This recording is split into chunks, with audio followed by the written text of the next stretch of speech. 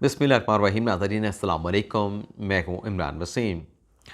नाज़रीन, प्रोग्राम में एक तो हम बात करेंगे जो मुस्लिम लीग नवाज़ के चीफ ऑर्गेनाइज़र नायब सदर मरीम नवाज़ की जानिब से सुप्रीम कोर्ट के साबिक चीफ जस्टिस आसिफ सईद खान खोसा पे जो एक्सटेंशन के लिए लॉबिंग करने का नवाज शरीफ को पैगाम पहुँचाने का इल्ज़ाम लगाया गया। मरीम नवाज़ के इन इल्ज़ामात पर साबिक चीफ जस्टिस का मौक़िफ़ इस प्रोग्राम में आपके साथ हम शेयर करने जा रहे हैं। इसके अलावा मरीम नवाज़ ने फैसलाबाद में जलसे से खिताब किया है। मरीम नवाज़ ने एक इंटरव्यू भी दिया है। साबिक वज़ीर आज़म इमरान खान साहब ने वीडियो लिंक के ज़रिए यास्मीन राशिद साहिबा को अपने साथ बिठाकर एक अहम खिताब किया है। उस खिताब का खुलासा क्या है उस पर भी डिस्कस करेंगे और हमारे वी लॉ के कुछ दीगर अहम खबरें हैं उनकी तफसीलात भी आप नाज़रीन के साथ हम शेयर करेंगे। तो पहली खबर से गुफ्तगू का आगाज़ करते हैं। जो तोशा खाना का मुकदमा इमरान खान के ख़िलाफ़ शुरू किया गया, इमरान खान को मियाँ वाली की NA 95 की जो सीट है वहाँ से इलेक्शन कमीशन की जानिब से डिस्क्वालीफाई किया गया और फिर इमरान खान साहब ने उस फैसले के खिलाफ इस्लामाबाद हाई कोर्ट में अपील दायर की। लेकिन इलेक्शन कमीशन की जानिब से जो तोशा खाना में इमरान खान को डिस्क्वालीफाई किया गया, उस बुनियाद पर डिस्ट्रिक्ट एंड सेशन अदालत में इमरान खान के खिलाफ एक कंप्लेंट फाइल की गई, फौजदारी मुकदमा फाइल किया गया, जिसमें इमरान खान साहब के नॉन बेलेबल अरेस्ट वारंट भी जारी हुए और 13 मार्च को इमरान खान साहब ने उस केस में पेश होना है। इस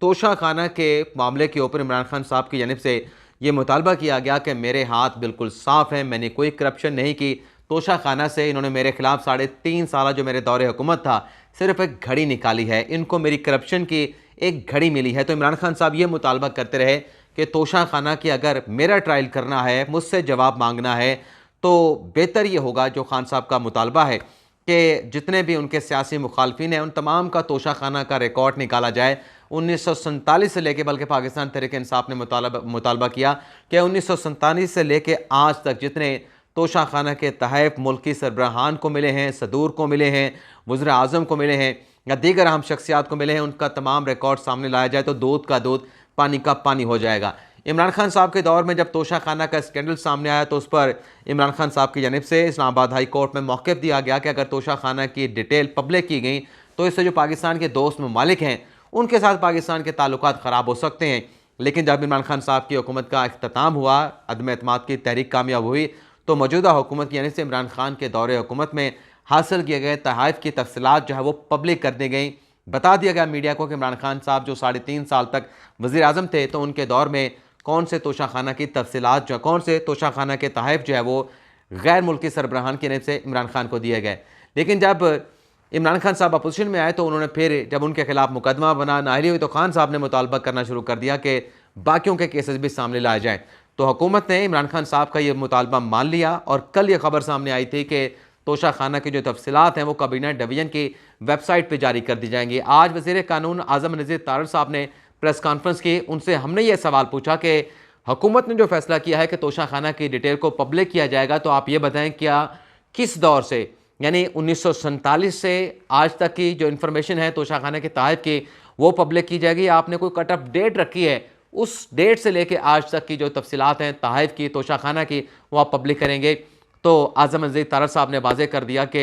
सन 2000 से जब परवेज़ मुशर्रफ का दौरे हुकूमत था, काफ़िले की पंजाब में हुकूमत थी, मरकज़ में हुकूमत थी, 2000 से लेके आज तक जितने भी तोशा खाना की तफसीलात हैं, जो भी तहफ़ तोशा खाना में आए हैं, जो भी तहफ़ जो है वो काफ़िले की हुकूमत को मिले, उनके वज़ीर आज़म को मिले, उनके वज़ीर आज़म को मिले, उसके बाद पीपल्स पार्टी का दौरे हुकूमत था, यूसुफ रज़ा गिलानी वज़ीर आज़म आए, राजा परवेज़ अशरफ वज़ीर आज़म बने, फिर हमारी नून लीग का दौर था, फिर पाकिस्तान तहरीक इंसाफ की 3.5 साल की हुकूमत थी और अब हमारी हुकूमत है। सन 2000 से लेके अब तक का जो 23 साल का रिकॉर्ड है वो हम पब्लिक करने जा रहे हैं। इससे पीछे का आज़म नज़ीर तारड़ ने कहा कि चूँकि वो रिकॉर्ड कंपाइल नहीं था, लेकिन 2000 से आगे का 23 साल यानी आज तक का जो रिकॉर्ड है वो तकरीबन 85 से 90% मौजूद है, तो ये रिकॉर्ड हम पब्लिक करने जा रहे हैं। लेकिन किस तारीख से रिकॉर्ड पब्लिक होना शुरू होगा? चंक में होगा, उन्होंने कहा आज़म नज़ीर तारड़ साहब ने, लेकिन किस तारीख से होगा ये कोई कट ऑफ डेट जो है वो आज़म नज़ीर तारड़ साहब ने नहीं दी। दूसरी खबर नैब की तरमीम के हवाले से जो खबर चली मीडिया पर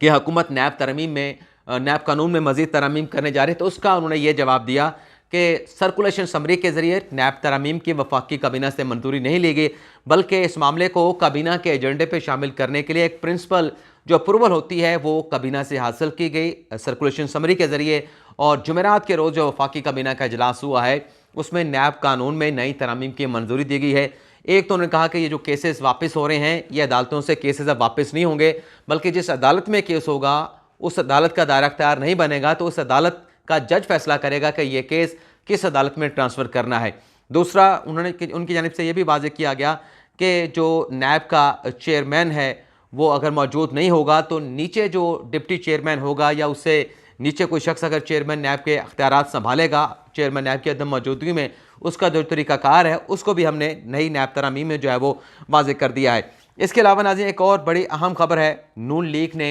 पाकिस्तान तहरीक इंसाफ को टफ टाइम देने का फैसला किया है, एक और इम्तिहान में डालने का फैसला किया है। इलेक्शन कमीशन में पाकिस्तान तहरीक इंसाफ के खिलाफ एक नई दरख्वास्त दायर की गई है, जिसमें नून लीग ने शाहनवाज रांझा मोहसिन शाहनवाज रांझा ने और तारिक फजल चौधरी ने मुश्तरका तौर पर दरख्वास्त दायर की, और जिसमें यह कहा क्योंकि इमरान खान के खिलाफ उनकी पार्टी के खिलाफ ममनूआ फंडिंग केस की तहकीकात FIA में चल रही है, तो जो पंजाब और खैबर पख्तूनख्वा में इलेक्शन होने जा रहा है, पाकिस्तान तहरीक इंसाफ का जो इंतखाबी निशान है बल्ले का, वो पाकिस्तान तहरीक इंसाफ को जब तक इसकी तहकीकात मुकम्मल नहीं हो जाती, तहरीक इंसाफ को बल्ले का इंतखाबी निशान जो है वो लॉट ना किया जाए। इलेक्शन कमीशन इस पर क्या फैसला करता है हमें इंतज़ार करना पड़ेगा। चौथी जो नाज़रीन खबर है वो मोहम्मद खान भट्टी का घेरा मज़ीद तंग करने का फैसला किया गया, और मोहम्मद खान भट्टी के दौरे हुकूमत में, यानी जब परवेज़ इलाही साहब स्पीकर थे पंजाब असम्बली के और फिर वज़ीर आला थे, उनके दौर में जितनी भर्तियाँ हुई हैं मोहम्मद खान भट्टी के उस ओहदे पे होते हुए परवेज़ इलाही के साथ अहम जो मनसब थे, जो उनके पास जो ओहदे थे, उन पे होते हुए जो भर्तियाँ हुई हैं उनका रिकॉर्ड भी जो है वो उसकी जांच पड़ताल, उसकी स्क्रूटनी करने का फैसला किया गया है। अब आ जाते हैं जो इमरान खान साहब ने 21 मिनट का वीडियो लिंक के ज़रिए खिताब किया, उनके साथ यास्मीन राशिद साहब भी मौजूद थे। खुलासा खान साहब का ये था कि जो पाकिस्तान तहरीक इंसाफ के कारकुन का जो इंतकाल हुआ है, जो कहा जा रहा है कि तशद्दुद के नतीजे में ज़िले शाह का मरहूम का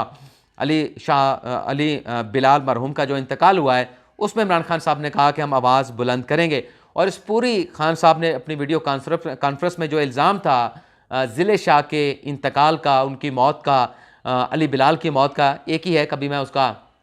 निकनेम ले रहा हूँ, कभी उसका एक्चुअल नेम जो है मुखातिब कर रहा हूँ। तो खान साहब ने कहा, इसका इल्ज़ाम जो है खान साहब ने हुकूमत पे लगाया। खान साहब ने कहा कि ये मज़ीद भी लाशें गिराना चाहते थे ताकि मेरे ऊपर मुकदमा बना सकें, तो फिर इन्होंने ज़िले शाह को तशद्दुद करके कत्ल कर दिया और उसका मुकदमा भी मेरे खिलाफ तहरीक इंसाफ के रहनुमाओं के खिलाफ दर्ज कर दिया। फिर खान साहब ने नाम नहीं लिया जनरल फैसल नसीर का, और खान साहब ने कहा कि जब से ये आया है हमारे ऊपर जुल्म होना शुरू हो गया। और खान साहब ने कहा मैं सोचता हूँ कि जब बलूचिस्तान में था इसकी एक्सपर्टीज़ जो है वो एंटी टेररिज्म की हैं, तो ये किस तरह से जो दहशतगर्द पकड़ता उन पर किस तरह से तशद्दुद करता होगा। खान साहब ने कहा कि मैं ये भी इमेजिन करता रहा हूँ। अब सवाल ये है कि खान साहब ये इल्ज़ाम जो है ज़िले शाह मरहूम के इंतकाल का, उसकी मौत का जो है वो हुकूमत के ऊपर लगा रहे थे, और इशारा जो है वो जनरल फैसल नसीर की तरफ भी कर रहे थे। लेकिन जो वालिद साहब हैं उनके अली बिलाल ज़िले शाह साहब के, उन्होंने बड़ी ही अक्ल और समझ का मुजाहरा किया। आज उन्होंने मीडिया के साथ गुफ्तगू की, उन्होंने कहा जी मैंने क्योंकि अल्लाह को जवाब देना है, मैं कोई आई विटनेस नहीं हूँ,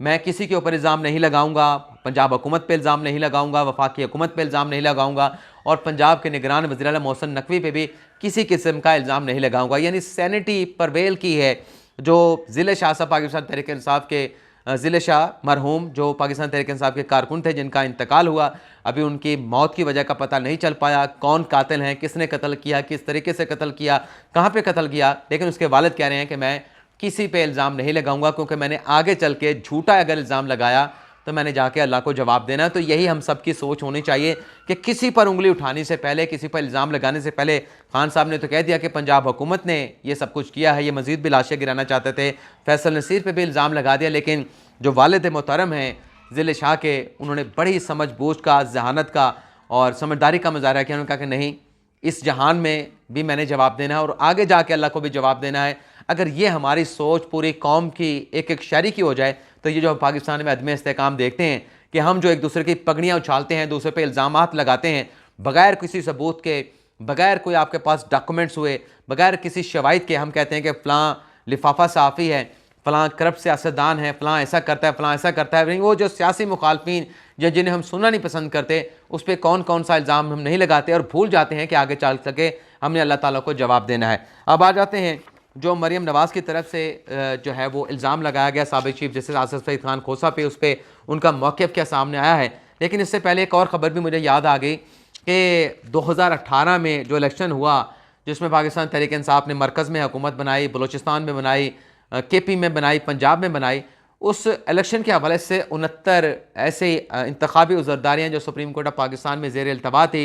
2018 के इलेक्शन की, उसे chief justice of Pakistan Umar ता बंदयाल ने समाअत के लिए मुकर्रर कर दिया और इसके लिए खसूसी बेंच तश्कील दिया गया। Justice chief justice of Pakistan की सरबराही में खुद चीफ जस्टिस साहब जो हैं उस बेंच की सरबराही करेंगे। उनके साथ जस्टिस इजाजुल एहसन और जस्टिस याह्या अफरीदी को इस स्पेशल बेंच में शामिल किया गया, जो 13 मार्च से इन केसेस की समाअत करने जा रहा है। मरीम नवाज़ ने आज फैसलाबाद में खिताब किया, कल उन्होंने एक इंटरव्यू दिया था। फैसलाबाद में जो मरीम नवाज़ ने खिताब किया उसमें मरीम नवाज़ ने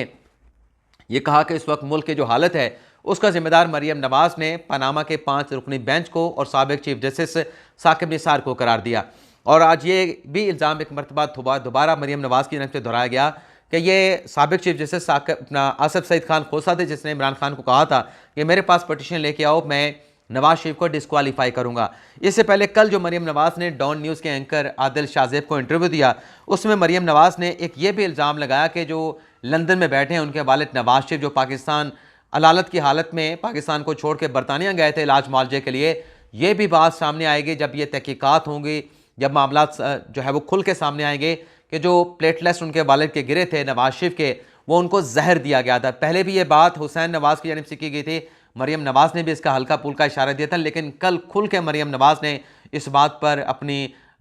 इजहार किया है, अपनी राय दी है कि ये बिल्कुल जहर दिया गया था और ये बात सामने आएगी कि हुकूमत जो है, इमरान खान जो है वो उन्हें ख़त्म करना चाहते थे, उन्हें रास्ते से हटाना चाहते थे, ये जहर दिया गया था। लेकिन फिर जब ये बातें सामने आईं, उनकी बीमारी की खबर सामने आई, प्लेटलेट्स गिरना शुरू हुए, तो उन्होंने अपनी जान बचाने के लिए नवाज शरीफ को लंदन जाने की इजाज़त दी। हम नहीं ले जाना चाहते थे, हुकूमत नवाज शरीफ को लंदन भेजना चाहती थी। ये मरीम नवाज़ का खुलासा था। और मरीम नवाज़ ने यह भी इल्ज़ाम लगाया कि साबिक़ चीफ जस्टिस आसिफ सईद खान खोसा ने एक्सटेंशन हासिल करना चाहते थे, इस हवाले से उन्होंने लॉबिंग की और हमें जब नवाज शरीफ जेल में कैद थे तो उन्हें पैगाम पहुँचाया गया कि अगर आसिफ सईद खान खोसा को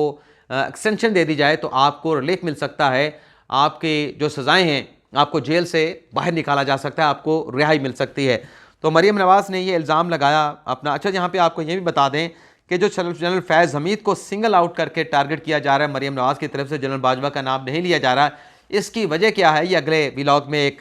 नई कुछ ऐसी डेवलपमेंट्स हैं जो आपके साथ हम शेयर करने जा रहे हैं कि इसके पीछे सोच क्या है कि सिर्फ सिंगल आउट फैज़ हमीद को किया जा रहा है, उनको टारगेट किया जा रहा है। अब आ जाते हैं जो मरीम नवाज़ ने इल्ज़ाम लगाया। नाज़रीन,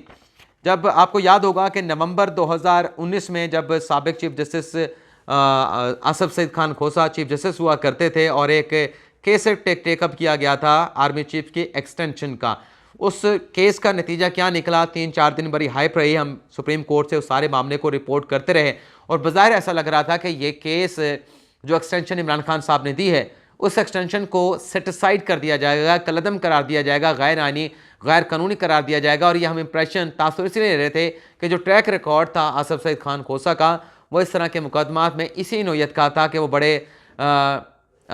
इसी किस्म के फैसले देते थे जो कोई एक्सपेक्ट नहीं कर रहा होता। तो हमें लग रहा था कि गालिबन इस केस में भी वही होगा जो नवाज शरीफ के केस में हुआ। लेकिन अल्टीमेटली आखिरी दिन कुछ आखिरी समाज से जो प्रीवियस समात थी, यानी जो सेकंड लास्ट समात थी, कुछ 4 से 5 सवाल दिए गए थे वज़ीर कानून को, हुकूमत को कि इन सवालों का आपने एक्सटेंशन के हवाले से जवाब देना है। लेकिन चौथे रोज़ जब समात हुई तो मामले ने ऐसे करवट ली कि एकदम से सब कुछ सॉर्ट आउट हो गया, एक्सटेंशन भी ठीक हो गई और 3 रुकनी बेंच ने कह दिया हुकूमत से कि आप एक्सटेंशन के मामले के ऊपर कानून साजी कर लें। तो फिर जो सुप्रीम कोर्ट के रिपोर्टर्स हैं उनकी मुलाकात हुई थी आसिफ सईद खान खोसा से। उस मुलाकात में बहुत सारे सवाल पूछे गए। तो उन सवालों में एक सवाल उनकी एक्सटेंशन से मुतल्लिक भी था, क्योंकि बाजवा साहब के एक्सटेंशन का मामला टेकअप होने से पहले भी ये चहमगोइयाँ हो रही थी कि हुकूमत जो है, बल्कि पार्लियामेंट में गालिबन अगर मैं गलत नहीं हूँ तो कोई बिल भी पेश किया गया था या हुकूमत के किसी रुकन के से तकरीर भी की गई थी कि जजेस की जो मुद्दत मुलाजमत है, जो रिटायरमेंट की एज है, उसमें इजाफा किया जाना चाहिए, उसमें एक्सटेंशन होनी चाहिए। इस वक्त नाज़रीन जो कानून राइज है या इमरान खान साहब के दौर में जो कानून था उसके मुताबिक हाई कोर्ट का जो जज है वो 62 साल की एज में रिटायर हो जाता है और सुप्रीम कोर्ट का जज 65 साल की उम्र को पहुंचता है तो वो ऑटोमेटिकली रिटायर हो जाता है। और उसमें अगर आपने कोई तब्दीली करनी है तो आपको आइन में तरमीम करना होगी। तो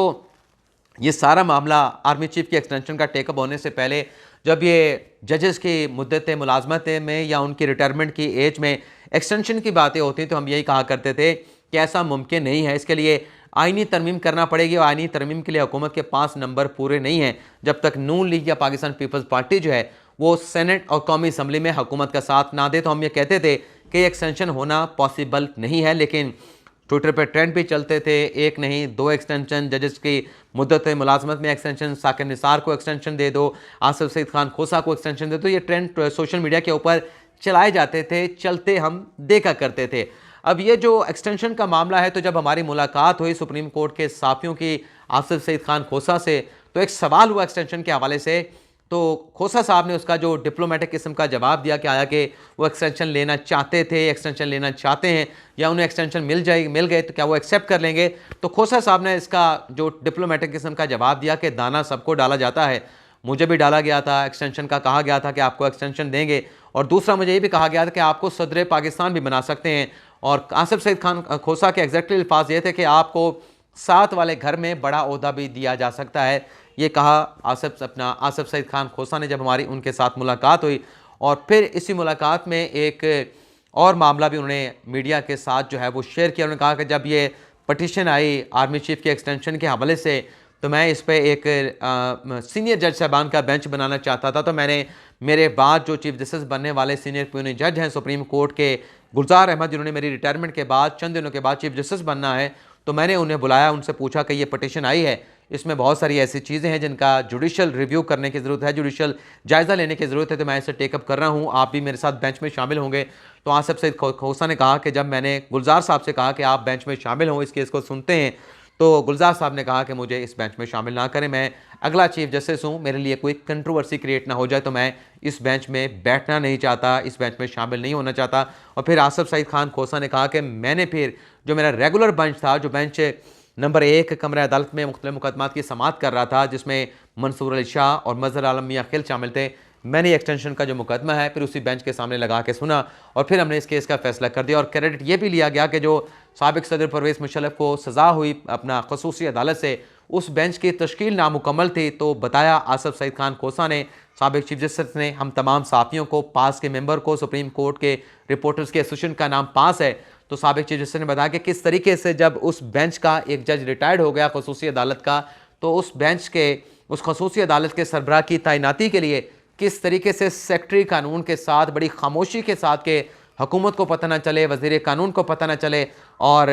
मुक़्तदर हलकों को पता न चले, और जो खसूसी अदालत की कंपोजिशन है वो मुकम्मल हो और परवेज़ मुशर्रफ के मुकदमे का फ़ैसला हो। तो ये सब किस तरीके से हुआ, ये तमाम मामलात भी साबिक चीफ जस्टिस आसिफ सईद खान खोसा की जानिब से हम सुप्रीम कोर्ट के रिपोर्टर्स के साथ शेयर किए गए। तो ये था नाज़रीन आज का हमारा व्लॉग। आपसे इजाज़त चाहते हैं। अल्लाह ताला हम सब का हामी नासिर हो। अपनी ढेर सारी दुआ में याद रखिएगा। अल्लाह हाफ़िज़।